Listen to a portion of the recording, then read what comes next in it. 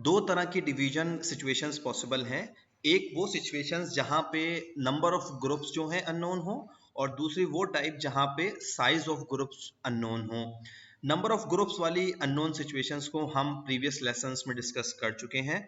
आज के लेसन से हम स्टार्ट करेंगे कि उन सिचुएशंस को डिस्कस करेंगे जिसमें साइज ऑफ ग्रुप अननोन हो, तो उसको कैसे हम हैंडल करते हैं। इन दोनों तरह के डिवीजन केसेस को हम क्लास 4 एंड क्लास 5 में भी डिस्कस कर चुके हैं, लेकिन क्लास 6 में स्पेसिफिकली हम नॉन होल नंबर्स के साथ, मतलब फ्रैक्शनल वैल्यूज के साथ इनको डिस्कशन में लाएंगे। आज के लेसन में पर्टिकुलरली हमारा जो फोकस होगा वो प्रोसीजर पे नहीं होगा कि कैसे प्रोसीजर की मदद से हम डिवीजन्स को सॉल्व करते हैं, तो प्लीज प्रोसीजर को डिस्कस मत कीजिएगा। इन टूल्स की मदद से आंसर जो है वो बच्चा निकालेगा, मल्टीप्लिकेशन इक्वेशन लिखेगा, डिवीजन इक्वेशन लिखेगा और टेप डायग्राम बनवाएगा, और इसी की मदद से वो आंसर प्रोड्यूस करेगा।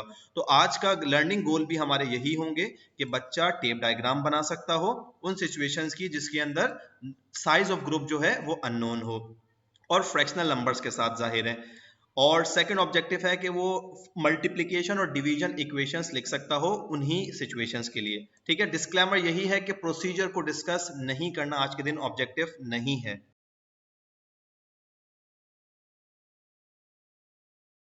बच्चों ने बहुत सारी इक्वेशंस को और सिचुएशंस को मैच करना है, तो वार्म अप में भी बेसिकली हम उनको एक डिवीजन इक्वेशन देंगे 12 डिवाइडेड बाय 2/3, और बच्चों ने उसकी सिचुएशन और सवाल जो है वो लिखना होगा।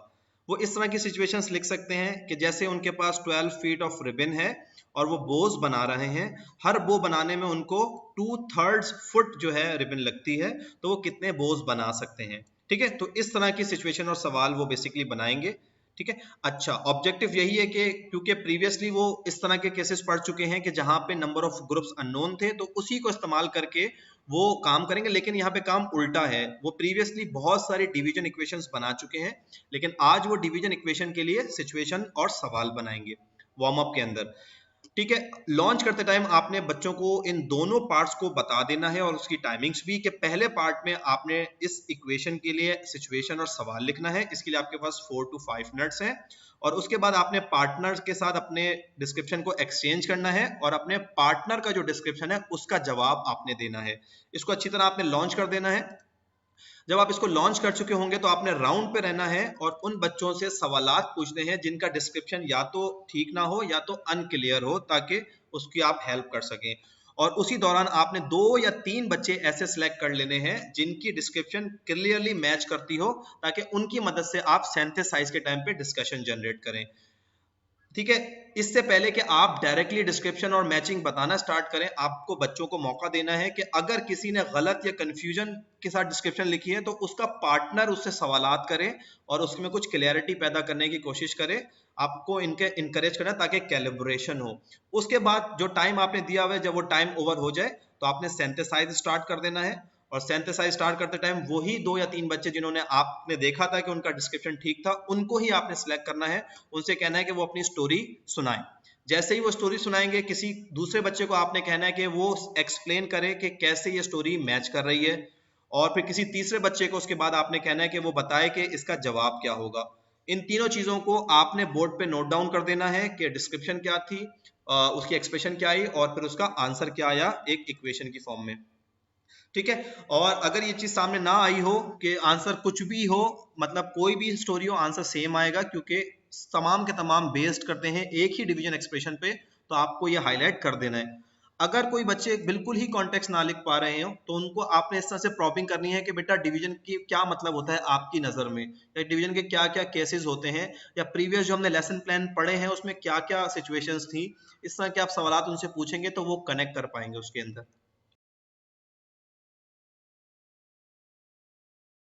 इस एक्टिविटी में बच्चों के पास 3 क्वेश्चंस गिवन है, और हर सवाल के लिए बच्चों ने multiplication equation, division equation, diagram बनानी है और फिर उसका आंसर भी निकालना है। और उनके इस एक्टिविटी में बेसिकली बच्चे कंपेयर एंड कंट्रास्ट करेंगे, मतलब एक सैंपल यहाँ गिवन है, इसी को वो देख देख के अपनी एडजस्टमेंट्स करेंगे अपनी सिचुएशंस के हिसाब से। कॉन्टेक्स्ट जो है वो कुकिंग का है कि बच्चे वेजेस बना रहे हैं, उसमें कितना आटा लग रहा है, वो उसके हिसाब से है। पहला मिसाल के तौर पे ये एक जो गिवन है, आई वुड रिकमेंड प्लान में नहीं है, लेकिन आप बच्चों को इन तीनों के ऊपर थोड़ा सा मौका दिएगा कि वो नोटिस कर लें कि ये इसमें क्या क्या चीजें कैसे मेंशन है। जैसे कि सिचुएशन थी कि 5 बैजेस अगर बनाने हो तो 10 कप आटा लगता है, तो एक बैच लगाने में कितना होगा। तो आप बच्चों से पूछ सकते हैं कि ये डायग्राम कैसे इसको रिप्रेजेंट कर रही है। तो वो कह सकते हैं कि एक बॉक्स जो है वो एक बैच को रिप्रेजेंट कर रहा है, यहाँ पे 5 बॉक्सेस हैं जो 5 बैचेस को रिप्रेजेंट कर रहे हैं, और ऊपर मेंशन किया हुआ है कि इन 5 बैचेस के लिए टोटल कप्स कितने रिक्वायर्ड हैं, कितने लगेंगे। ठीक है, इसी तरह से मल्टीप्लिकेशन एक्सप्रेशन को भी नोटिस करवाएं कि वहां पे क्या स्ट्रक्चर है कि पहले 5 लिखा हुआ है, नंबर ऑफ बैचेस आ रहे हैं, फिर क्वेश्चन मार्क आ रहा है मल्टीप्लिकेशन के साइन के साथ, और फिर इक्वल्स टू के बाद जो है वो आपके पास क्या आ रहा है, एक 10 आ रहा है टोटल नंबर ऑफ कप्स।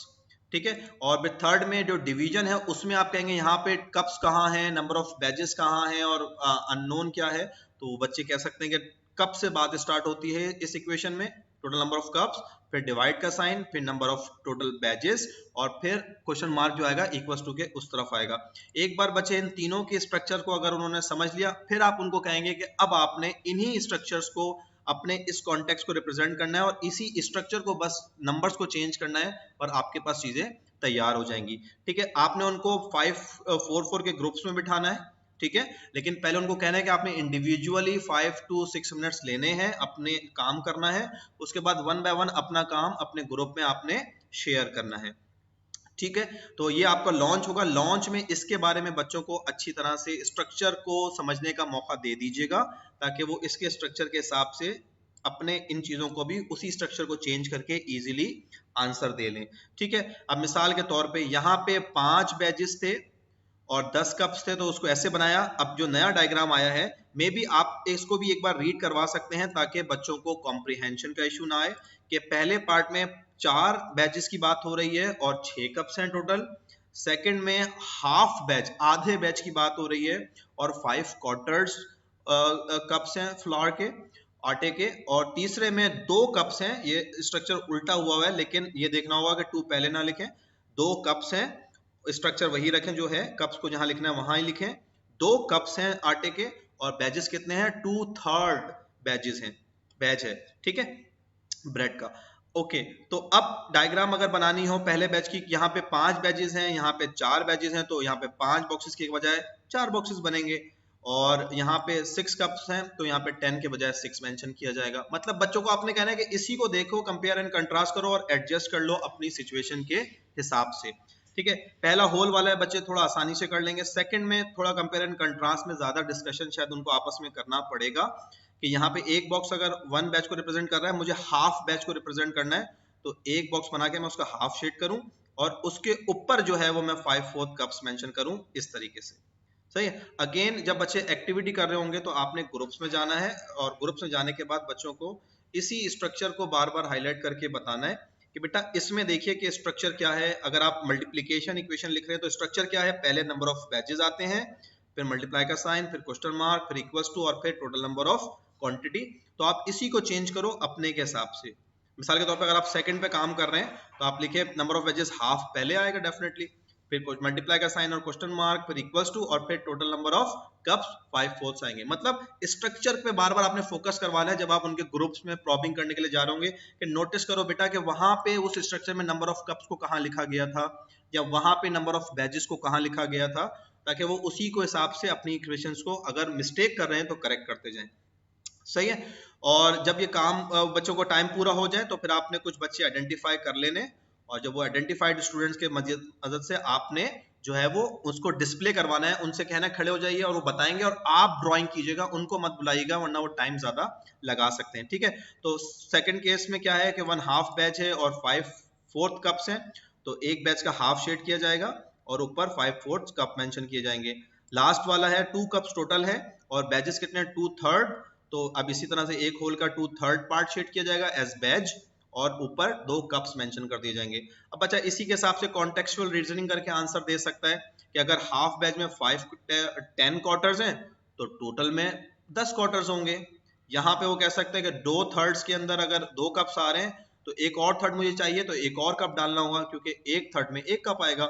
इस तरह की कोई रीजनिंग कर सकता है, या वो कॉन्टेक्स्ट में भी रीजनिंग कर सकता है मल्टीप्लीकेशन इक्वेशन को देख के। मिसाल के तौर पे क्या नंबर है जिसको हाफ करूं तो 5 क्वार्टर्स आते हैं, मतलब 10 क्वार्टर्स को हाफ करूं तो 5 क्वार्टर्स आते हैं।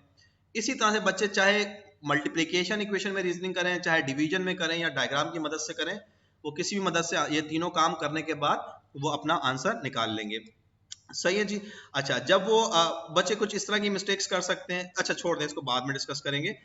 आपने सिलेक्ट करना है सिंथेसाइज के टाइम पे कि जो बच्चे जिन्होंने किया है, सबका वेट आपने नहीं करना, जिन्होंने किया है उनकी मदद से आपने डायग्राम्स को बोर्ड पे रिप्रेजेंट करना है, आपने करना है, वो बताएंगे। और ये 3 की पॉइंट्स हैं जिसको हाईलाइट करना है कि क्या सिमिलैरिटीज हैं आज के प्लान में हमने जो डायग्राम्स बनाई हैं और उनमें, और जो पहले हमने बनाई थी उसके अंदर। सिमिलैरिटी ये है कि पहले भी इन 3 क्वांटिटीज पे काम था, टोटल के ऊपर, नंबर ऑफ ग्रुप्स और साइज ऑफ ग्रुप। आज भी वही 3 था, लेकिन पहले नंबर ऑफ ग्रुप्स अननोन होते थे, अब साइज ऑफ ग्रुप अननोन है।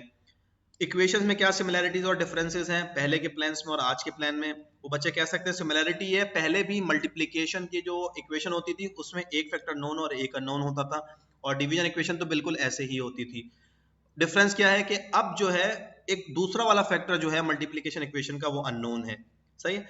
इसी तरह से लास्ट वाला पार्ट के फर्स्ट वाला जो एक आपकी डायग्राम है वो, और जो बाकी दो जो आपके क्वेश्चन की डायग्राम है उनमें क्या सिमिलैरिटी और क्या उसमें क्या डिफरेंस है। ठीक है। तो बेसिकली फर्स्ट में जो है वो होल्स की बात है, 4 होल्स है, और बाकी दो में फ्रैक्शनल बैजेस हैं, ये बात आपने हाईलाइट करनी है। तो ये 3 की पॉइंट्स हैं। अब आती है कि कुछ बच्चे चैलेंजिंग कर सकते हैं, क्या मिस्टेक्स बच्चे नॉर्मली कर सकते हैं। तो बच्चे मिस्टेक्स इस तरह की कर सकते हैं कि नॉर्मली होता है हमारे पास जो छोटे नंबर्स होंगे उनको एज अ फैक्टर लिख देंगे, और फिर जो बड़ा नंबर होगा उसको एज अ प्रोडक्ट लिख देंगे। तो ये ना हो, बल्कि उनको पता है स्ट्रक्चर क्या होता है, कि पहले नंबर ऑफ बैजेस आते हैं, फिर क्वेश्चन मार्क आता है, फिर इक्वल्स टू आता है, और फिर टोटल नंबर ऑफ क्वांटिटी आती है। इससे छोटा या बड़े का कोई ताल्लुक नहीं है, स्ट्रक्चर यही रखना है आपको, ये बार बार आपने हाईलाइट करना है। ठीक है। तो यहाँ पे एग्जाम्पल भी मौजूद है कि उनको दिखाने के लिए, बेटा अगर 2 बैजेस हो कुकीज के और 6 कप्स हो तो क्या करना पड़ेगा। सबसे पहले नंबर ऑफ बैजेस आएंगे 2, फिर मल्टीप्लाई, फिर क्वेश्चन मार्क, और फिर टोटल नंबर ऑफ कप्स आएंगे 6। यही स्ट्रक्चर रखना है आपने और अपनी इक्वेशंस बनानी है। ठीक है। तो ये एक्टिविटी बड़ी शानदार सी होगी इंशाल्लाह, और इस एक्टिविटी के बाद आपने सिंथेसाइज नहीं, नेक्स्ट एक्टिविटी नहीं बल्कि कूल डाउन करना होगा, ताकि आप इस डे को क्लोज कर सके। ये बेसिकली इसका कूल डाउन है कि सिंपल स्टूडेंट है 6th ग्रेड के, वो कोई मनी रेज कर रहे हैं, कॉन्टेक्स्ट आपने समझा देना ताकि बच्चे क्विकली 5 मिनट्स में इसको कर लें।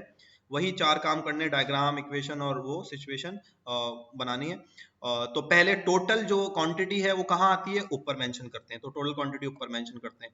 और 2/3 of the cost of the trip, number of trips कितने हैं, 2/3 है, मतलब एक ट्रिप भी पूरा नहीं है, उसके कुछ पार्ट हैं। तो नंबर ऑफ ट्रिप्स आप मेंशन करेंगे इस तरह से, एक ट्रिप, और उसके अंदर 2/3 को पार्ट कर देगा और उसको शेड कर देगा कि ये 2/3 पार्ट है ट्रिप का, वो 240 के बराबर है। तो टोटल ट्रिप जो है वो कितने का होगा। अब वो इसी से रीजनिंग करके निकाल सकता है कि भाई 2 पार्ट शेडेड है तो 240 है, तो एक पार्ट 120 का हुआ, मजीद मुझे 120, 120, 120, 360 इसमें ऐड करने पड़ेंगे, तो 600 इसका आंसर होगा। वो चाहे जैसे भी रीजनिंग करे, और उसी तरह से वो स्ट्रक्चर चेंज करके इसके आंसर्स लिखना चाहिए। ये इसका कूल डाउन होगा। ठीक है।